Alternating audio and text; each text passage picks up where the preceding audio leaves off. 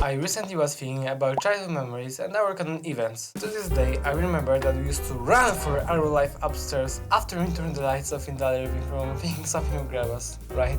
And the things that were hiding under the bed or in the closet when we weren't paying any attention whatsoever.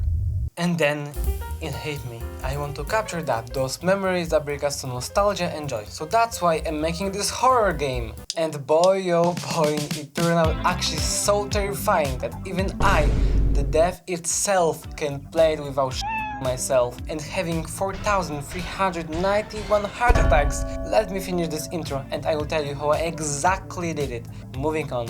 So, prepare yourself. Psychological horror. Big words, I know, right? But this is kinda perfect in this case, and it's not like everyone is trying to make game like that these days. This time though, it will be different. I have experienced the story myself. Everyone did. You did too. And it will turn out perfect. It needs to. This video is about me creating a horror game exactly like that, taking advantage of something that everyone, no matter the age, ethnicity or gender had, best I possibly can make. This video and my game also got a hidden meaning for a good cause, and I'm pretty sure you will figure out what the message is soon. More on that later. Let's jump into the juicy part of this video. We all skipped school, pretending to be sick, to play some video games on the PS3 or whatever did you play on, and to eat some candy or leftover cake after the family reunion where there's that one uncle that always asks you 100 times if you got someone on your eye, or that random auntie that you're seeing first time in your life, telling you that you grew up since you were an infant and is surprised that you don't remember her? Oh, and the politics, how could I forget that? So, back to the brief story overview. We stay alone at night since the mom is going out for a Saturday night shift at work.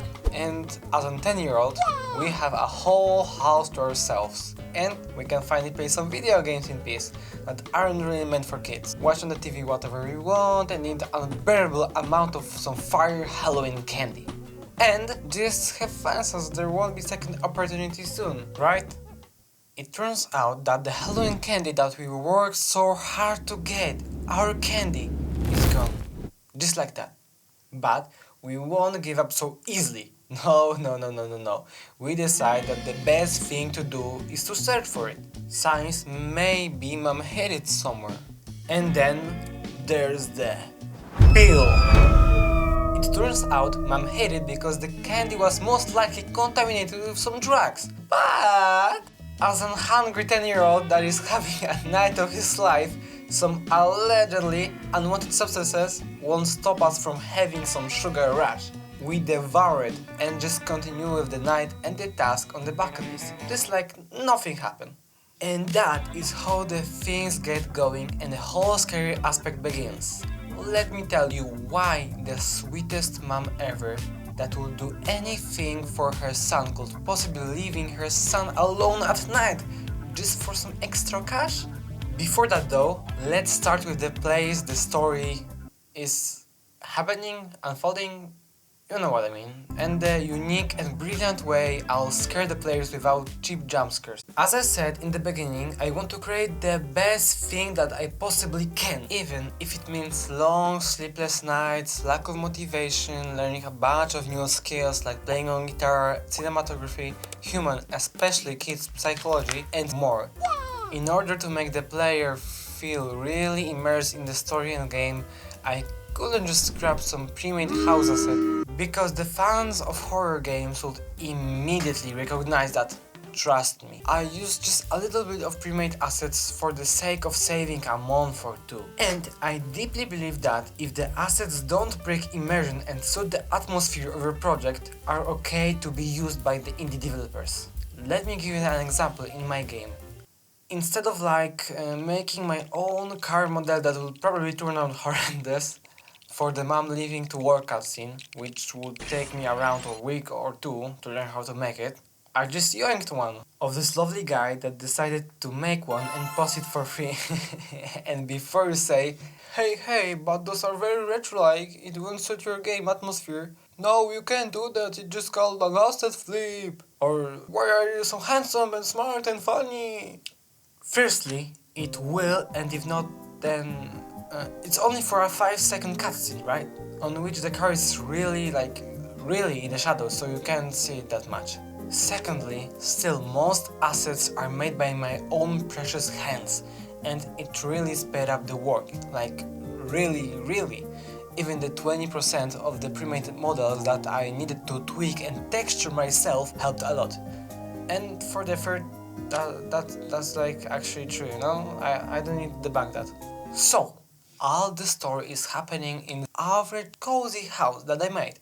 It took me like a little over 4 weeks or so to model and texture fully, combining the time since I did have some days off to just have some fresh air and clear my head. But I think it turned out pretty good. I did a bunch of research about 2010 American houses, so it is authentic. And I especially like the more cozy ones that were built way before the 2K10 but are maintained and lived in that time. And just a little note, if someone from Google is watching, it is kinda stupid that even when you search for USA houses to get inspired, it shows all those fancy ones that are by most famous architects and designers, instead of average ones that are actually way more beautiful in their own way. You can just feel it when you are looking at them, which can be told about those lifeless modern buildings that shouldn't be called houses. The house that I made is not final, of course, since I will be making a lot of changes based on the feedback from upcoming playtests, on which you can take part of in my Discord, link in the description. But for now, it does the job done. Same for the outside, but it was based more on the north states, on the border with Canada, where there is typically more greenery, like east part of North Dakota and Minnesota. And I think it turned out pretty okay too, but it's not the main focus point, so it may lack some of the uniqueness and polish. Pretty self-explanatory, right? So, I bet you are wondering how will I utilize the cozy little place, why is it so important, and of course the best part, how the hell I made it so scary and terrifying. For you to actually understand that, I need to immerse you into the story, just a quick overview, otherwise it wouldn't have made any sense at all. As we say goodbyes to our mom, we see her leaving through peephole. We are like so excited because tonight is the night. We are finally first time in our lives alone. We can do whatever we want. After the omnibus definitely not related to someone's thoughts, we decide to walk to our bedroom where we prepare the bucket list with all the things that we want to do. Since there's so much, we can't remember them all. The concept of like the list with things to do was mostly inspired by Hello Neighbor 1 from like Alpha 2 or so. Well, mostly is a key word, since I couldn't figure out how could I make a juicy animation like that. Like, god damn, just look at it. Can say the same about the system, which was actually pretty easy to make, since I made a class that has a lot of settings to tweak, so it can be used in all scenarios on an object that I wanted to work as a task. Okay, the first task on the list is playing a whole video game, and if you're wondering who is that we can play a game in a game? The answer is simple. I made a video game in a video game. Not just like I want, this is a filler and you just want to get over it. I dedicated a month of my life to actually make it fun and interesting. The graphics are still too polished, otherwise it is actually like almost playable, but this is for a separate video. You can let me know in the comments if you will be interested in a video like that, or just have any ideas. You can just send it on my Discord or whatever you want. Like, just give me some feedback please about that. You can think that it was very stupid that I was making a game for 5 months and didn't do any playtest or get feedback from friends. And you can say that I am just blinded by the amount of work I put in it and make myself like it even though it's bad. Wait.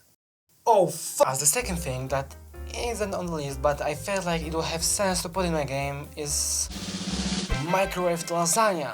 Hell yeah! You might be wondering if I'm serious and if I've lost my mind. Well, yes and yes. Hear me out. There were a lot of situations where parents would leave you something in the fridge when they were going out. They were just, you know, taking care of you. So you wouldn't walk hungry. Typical stuff, you know. And you may ask, why lasagna? Well, yeah, no more questions please. It was pretty simple to make too. Lasagna model, plate, and just slap it together. Connect it to the universal system and boom, lasagna! someone should tell me earlier that game development is that easy. But eating without a TV or something to watch is kinda weird, especially alone. So I made a TV too. And just as a cherry on top, I will be learning how to draw and animate, which I can do with today's I almost got you, didn't I? You really thought someone would sponsor a small indie dev? Nah. Anyways, I could hire like a professional to make a short cartoon too, because that would be actually really immersion breaking if it would just display ugly ass drawing of mine. Speaking of cartoons, I remember that I used to wait a lot of hours to watch some cartoons on Cartoon Network and Jetix, and that era was just something different. These shows weren't on demand, like on streaming services, heck even like on YouTube, where you watch whatever you want, whenever you want. Patiently waiting is what made them so special. Of course, like the cartoons were amazing too. You had to wait for your favorite show, making it more like, rewarding and stuff. And when the time finally came, you finally got to relax and just watch these siblings, right? And that big, what was its name, like Waddles or something like that had less IQ than freaking Potato. I always was so excited for this show. It sadly ended up so short. Anyways, to get a similar effect, I made it seem that we barely made it on the time after playing on the console, and have the boys say something like, "Whoa, I barely made it, I would be so mad if I missed my favorite cartoon," right? But no matter how long it took us to beat the first task and make the lasagne, the whole dialogue and stuff will trigger when you turn on the TV. Maybe that's too much, but in this game I think that it is really important to build a connection with the player. So any canon things or memories are just better than great. Also, I learned how to play guitar, just for a secret tape. I won't get into the spoilers of it, but we were able to play it on the cassette player, which is a part of more than a task. After what seems to be eternity without mom going back, we decide to play her favorite music, just in hope that this will bring us some feeling of safety and love, which we clearly lack. Actually, the music you hear in the back right now was made by me. I mean, it's not, let's be real. It's way too hard for my skills, but at least I did learn something.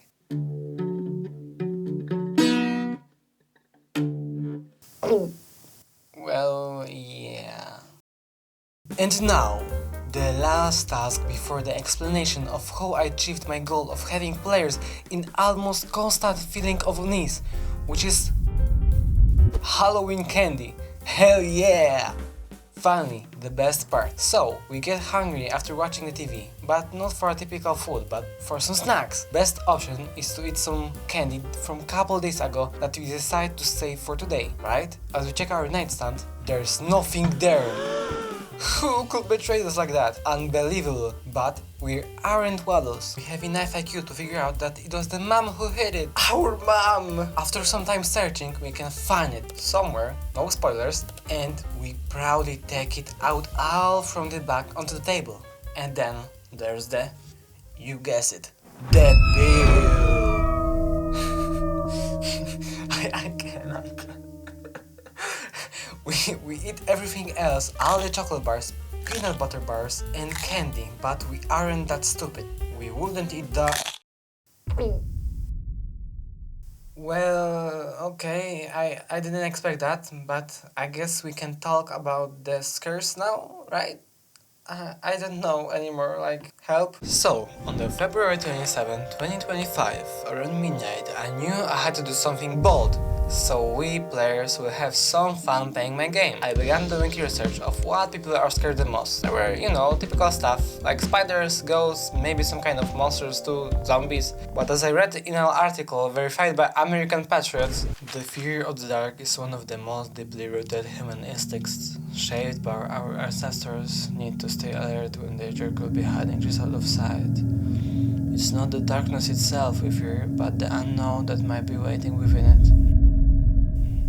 I thought that this is the perfect method to scare players. We as kids always were scared of dark. Of course we had other fears like witches, zombies, but those all did wear off after a period of time. Not that one though. No matter the age, darkness is what you fear the most. Outside, after midnight, in the house or even in a corner of our room. But of course, as the players, we don't really know it. It could break immersion if we knew that there isn't actually nothing to be scared of. Any monster. Or is there? Let's be honest, after a night full of stuff, it's pretty logical that we start to get a little bit sleepy, right? Especially since it is night already. We then start to think a lot.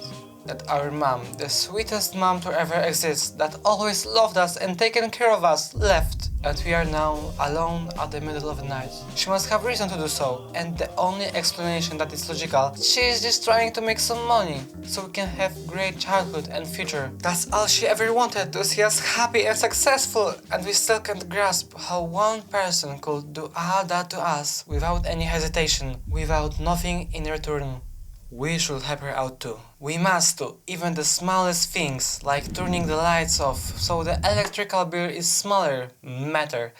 Even if it means being alone in dark. She deserves it. More than anything. More than anyone. So, as an ungrateful son that will do anything in his power for his mom, we decide to do exactly that. Before bed, our new task is to turn the lights off so we can finally head to sleep and get some rest. The problem is that we start to hallucinate and see things. Combine it with the circumstances and we have a recipe for disaster. When you try to turn the lights off, they start to tweak, glitch. We are so disoriented because it is turning them back on and messing around with them. We'll squint our eyes and try our hardest to at least see something in the dark, hoping it could give us some answers. We see figure hiding in the shadows that did hide in the closet and under the bed before. Just like in a dream, when we try to escape from something, we slowly start to move slower and slower to the point when we run in place, and at the same moment, it catches up. The whole point of that is not to scare player about the lights and the figure itself, but give the player time to prepare for the finale! The moment that all the tension was building up for, that one special moment that was welcomed by painful silence, like a quiet hour before the storm, when you feel something is off, that something is coming. But you can't quite tell yet what it truly is.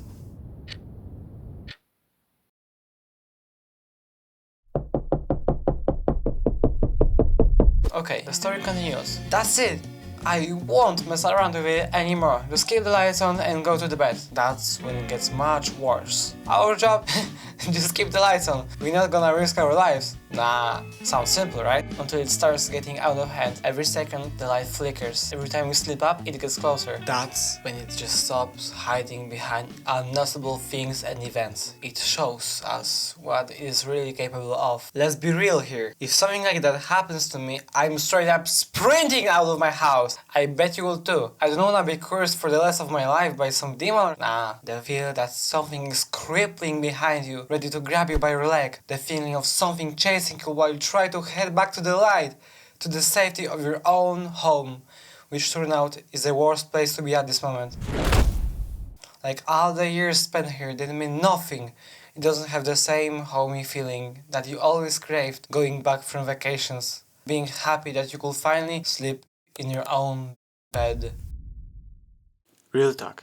At the beginning of this devlog, I mentioned that I want to talk about some of the stuff that is happening in today's world. The parenting.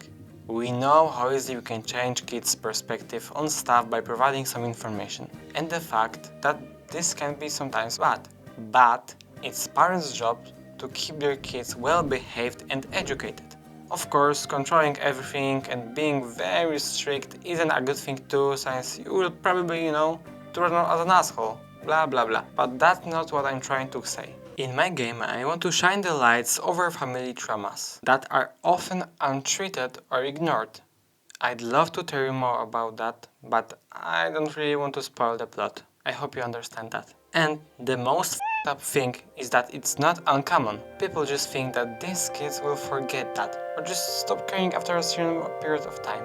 And maybe they will. But what they don't say is that those experiences and traumas can and will shape them, us, our future, personality, morality, and our world perception. No matter what times we live in, no matter the generation of kids we are talking about, it's all the same. I think that it is logical that real problems should be in a clear priority. Kids that lost their parents, kids that are abused or neglected, Kids exposed to domestic violence. Those should be funded by the government, the ones that matter the most. Why do I care, you might say? Those are innocent people. Kids are the future of everything.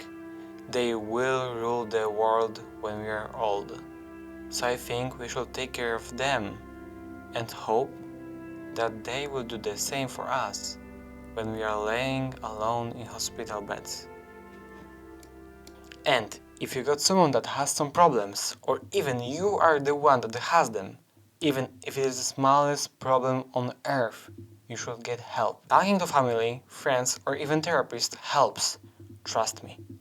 And you deeply in your soul know that. If you don't know anyone like that, including yourself, then hell yeah! The world is healing, right? I'm actually so happy for you that you had or have a chance to grow up in a great childhood. And by the way, you watching this is help enough.